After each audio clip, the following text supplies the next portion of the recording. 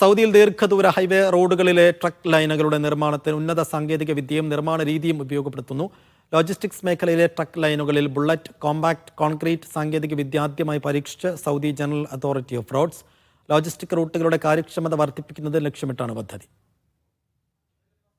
Saudi logistics മേഖലയിലെ റോഡുകളിലെ truck ലൈനുകളിൽ ബുള്ളറ്റ് കോമ്പാക്ട് കോൺക്രീറ്റ് സാങ്കേതിക വിദ്യ ആദ്യമായി പരീക്ഷിച്ച് Saudi general authority of roads.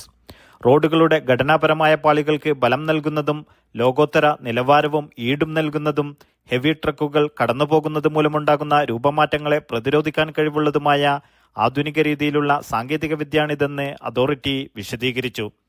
ഇത് റോഡുകളുടെ പ്രവർത്തനക്ഷമത വർദ്ധിപ്പിക്കുന്നതിനും ആയുർദൈർഘ്യം കൂട്ടുന്നതിനും ആവർത്തിച്ചുണ്ടാകുന്ന അറ്റകുറ്റപ്പണികളുടെ ചെലവുകൾ കുറക്കുന്നതിനും സഹായിക്കുമെന്നും അതോറിറ്റി വ്യക്തമാക്കി.